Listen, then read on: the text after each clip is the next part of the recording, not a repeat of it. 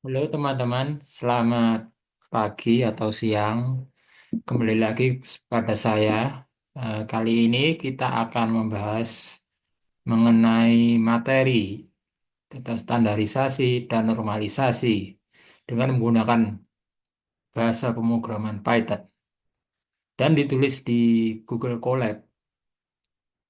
Caranya sama ya. Untuk mengakses Google Colab, Anda tinggal ketik saja di Google, ketik Google Colab dan ikuti perintahnya. Nah, ini free ya, jadi tidak dipungut biaya untuk menggunakannya. Lalu kita akan masuk ke materi. Jadi, apa itu standarisasi? Misalnya kita akan beri contoh. Misal, Ani berlari sejauh 5 kilometer per hari, sedangkan Budi berenang sejauh 1 kilometer per hari. Nah, kita ingin membandingkan antara Ani dan Budi. Mana sih yang paling bekerja keras atau paling keras usahanya untuk berolahraga? Jika kita membandingkan secara langsung antara Ani dan Budi menggunakan masing-masing variabel sendiri-sendiri, misal Ani 5 kilometer, kemudian Budi sejauh tadinya 1 kilometer, maka perbandingannya tidak adil karena masing-masing antara Ani dan Budi memiliki unit perhitungan yang berbeda dan kegiatan juga yang berbeda, sehingga tidak adil rasanya untuk membandingkan dengan menggunakan nilai tersebut.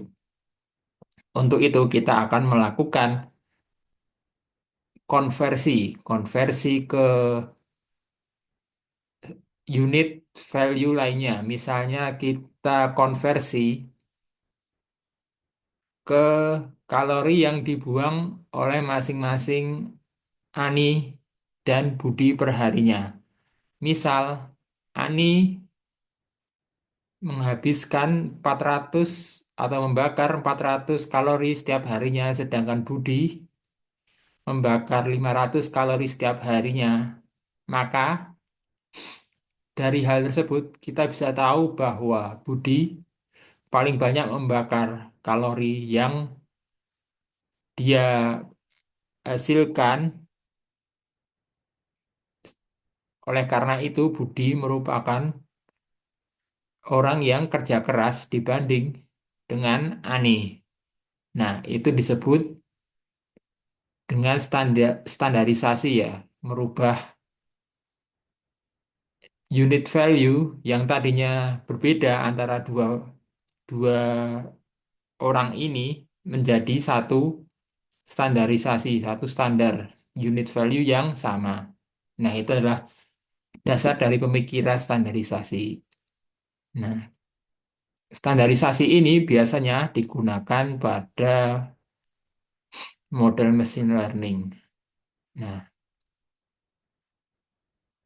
contohnya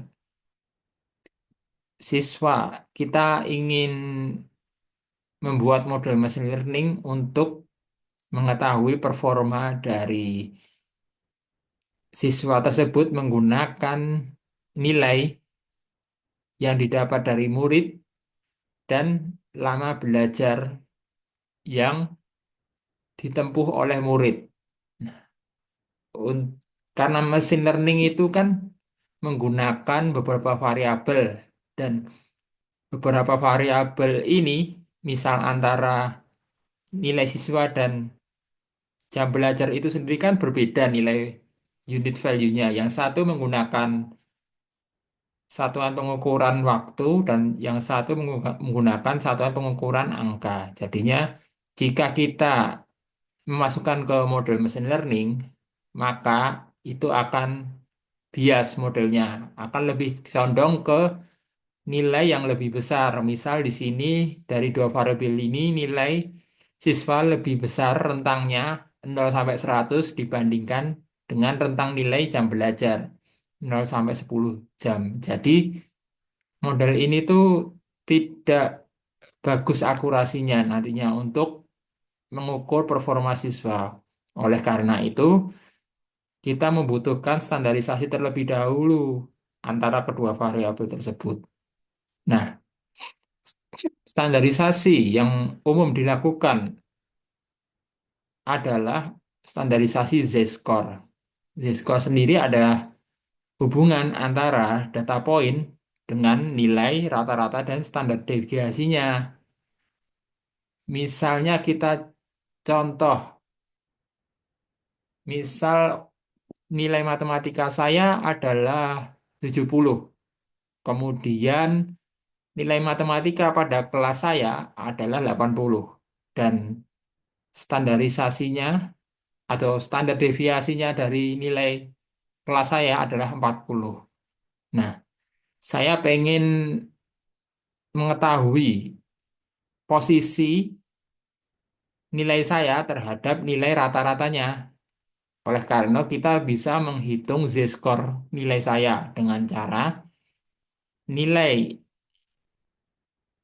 nilai rata nilai saya dikurangi nilai rata-rata kelas dibagi dengan standar deviasinya.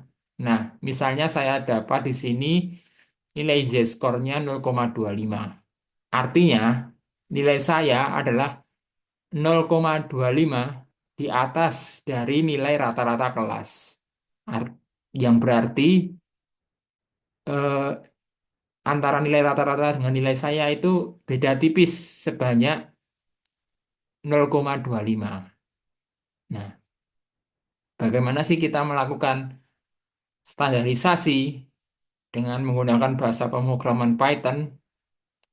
Kita bisa menggunakan alat bantu yang bernama scalar sendiri ya. Nah, dalam scalar ini dia menyediakan standar scalar yang berfungsi untuk standarisasi. Sebagai contoh, kita akan menggunakan iris dataset yang berbentuk CSV.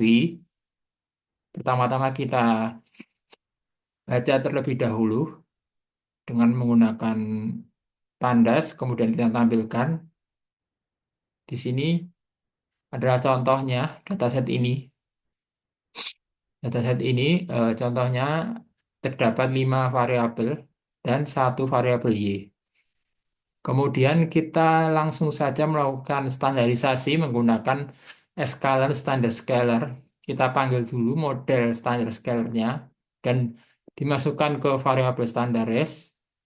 Kemudian definisikan kolom yang akan distandarisasi.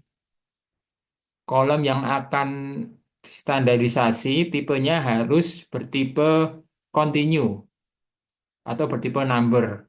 Tidak boleh bertipe kategorikal karena akan terjadi error. Nah, setelah itu kita definisikan, kita lakukan standarisasi dengan menggunakan fit transform ke variabel X. Kemudian kita format ke data frame pandas dan kita tampilkan. Nah, hasilnya seperti ini ya. Ini adalah hasil dari standarisasi dari kolom X. Di sini nilai dari standarisasi bisa negatif ya. Jadi bisa negatif dan positif. Itu adalah salah satu ciri dari pengukuran standarisasi. Kemudian di sini kita ingin mengetahui cara bekerja dari scalar standar scalar. Nah, di sini kan kita tahu bahwa kita bisa melakukan standarisasi secara cepat menggunakan bahasa pemrograman Python. Kita akan tahu nih cara kerja di baliknya. Nah, untuk itu kita pertama-tama kita harus misal kita ingin menstandarisasi kolom sepalek sentimeter pada dataset tadi. Nah, kita harus merubah setiap data point pada kolom ini ke z-score. Dengan cara yang pertama kita akses dulu nilai rata-rata dari variabel ini dengan perintah ini. Kemudian kita s- akses juga standar deviasi dari variabel ini dengan metode ini. Apa itu Dedorf null? Nah, jadi di skalen sendiri itu menggunakan standar deviasi kan. Nah, dalam rumus standar deviasi sendiri itu terdiri dari dua metode. Yang pertama adalah populasi standar deviasi dan sampel populasi. Nah, untuk eskalen sta- standar scalar sendiri menggunakan populasi standar deviasi. Kenapa? Karena ketika kita membaca pertama kali data ini, kita membaca iris kan. Nah, kita diasumsikan bahwa kita mempunyai populasi iris. Jadinya scalar standar scalar ini bekerja menggunakan standar deviasi populasi yang rumusnya didapatkan dari ini. Nah, keadaan apa yang bisa menggunakan standar deviasi sampel? Nah, standar deviasi sampel itu digunakan jika kita melakukan inference statistik. Apa itu inference statistik? Inference statistik adalah suatu metode untuk menarik kesimpulan dari seluruh populasi menggunakan beberapa sampel saja. Nah, itu adalah inference statistik. Maka kita harus menggunakan standar deviasi sampel yang rumusnya didapat dari ini. Nah, N itu adalah jumlah seluruh sampel. Kemudian X ini adalah data point I kurangi rata-rata. Nah, selanjutnya setelah kita mengakses standar deviasi, karena kita akan menghitung z-score setiap data poinnya, maka kita menggunakan looping pada variabel sepalek centimeter dan kita hitung z-score-nya data point I kurangi rata-rata variabel sepalek dibagi dengan standar deviasi sepalek, kemudian disimpan dalam list. Nah, kemudian kita buat data frame-nya. Nah, di sini ya, di sini baris satu itu negatif 0,9006. Coba kita cek apakah sama dengan eskalen standar scalar. Nah, di baris satu juga negatif 0,99006. Artinya sama ya antara metode manual yang kita lakukan dengan metode langsung menggunakan scalar. Kemudian kita akan melakukan standarisasi manual pada variabel kolom X semua. Nah, dengan menggunakan looping juga dan menghitung setiap z-score pada data point, hasilnya seperti ini ya. Kita lihat, bandingkan dengan eskalen juga sama hasilnya. Jadinya ini adalah jadinya manual metode ini adalah cara kerja dari scalar standar scalar. Nah, selanjutnya kita akan masuk ke materi normalisasi atau min-max scaling. Pertanyaannya adalah apakah standarisasi dan normalisasi sama? Nah, dalam secara definisi standar sama normalisasi itu sama, yaitu merubah atau mengkonversi nilai aslinya menjadi nilai yang bisa diukur dengan adil atau bisa dikonversi ke dalam suatu unit tertentu. Nah, untuk secara definisi, standarisasi dan normalisasi itu sama. Namun untuk metodenya, untuk hasil output yang dihasilkan tentu berbeda. Kalau tadinya kan standarisasi menggunakan z-score, yaitu menggunakan min dari variabel dan standar deviasi dari variabel. Kalau min-max normalisasi menggunakan nilai maksimal dan nilai minimal dari suatu variabel. Ja- Jadi, normalisasi ini nilai yang dihasilkan nantinya adalah bernilai 0 sampai 1. Nah, jadi antara normalisasi dan standarisasi itu kapan digunakannya? Bagaimana kita memilih antara standarisasi dan normalisasi? Nah, ada beberapa pertimbangan ya untuk memilih memilih satu di antara keduanya. Yang pertama adalah kita harus mengetahui shape atau bentuk distribusi dari data variabel. Untuk kedua metode antara standarisasi dan normalisasi, sebenarnya bisa semua bentuk distribusi bisa dilakukan. Namun, alangkah baiknya jika kita melakukan standarisasi pada bentuk distribusi yang normal. Selain itu, jika bentuk distribusinya tidak normal dan terlalu skew atau terlalu menjorok, bisa menggunakan normalisasi. Nah, yang kedua adalah adanya atau tidak outlier. Jika di dalam variabel tertentu ada outlier, maka kita akan menggunakan standarisasi.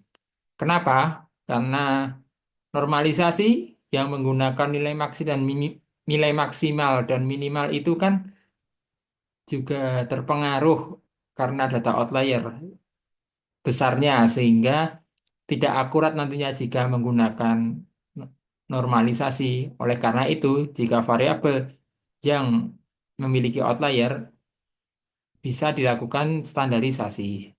Nah, yang kemudian model machine learning yang akan digunakan untuk model learning atau model machine learning yang digunakan neural network atau naive Bayes yang outputnya adalah probability, itu untuk mengkonversi variabelnya bisa menggunakan normalisasi. Sedangkan untuk model machine learning yang seperti regresi, SVM atau PCA bisa menggunakan standarisasi. Nah, bagaimana sih kita melakukan normalisasi menggunakan bahasa pemrograman Python? Pertama-tama kita akan baca datanya terlebih dahulu dengan menggunakan pandas dan kita tampilkan. Kemudian kita panggil model min-max scalernya pada eskalan preprocessing.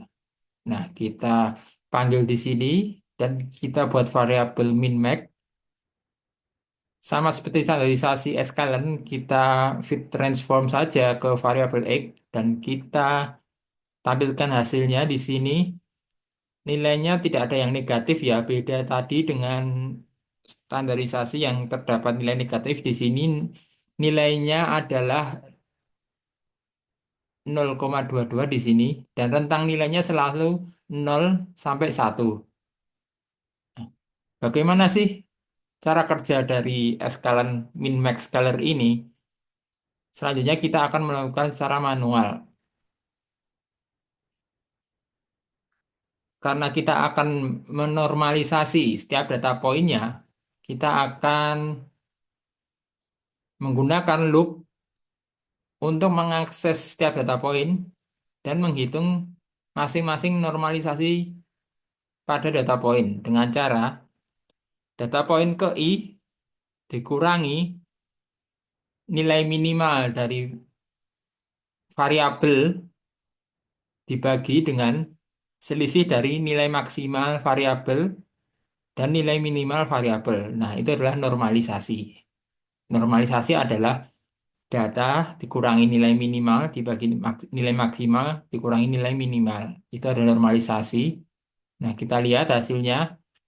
pada baris 1 0,222 untuk sepalik kita bandingkan dengan eskalen hasilnya pada baris 1 dengan variabel sepalik cm juga sama 0,22. Artinya ini adalah merupakan cara kerja dari eskalen min-max scalar.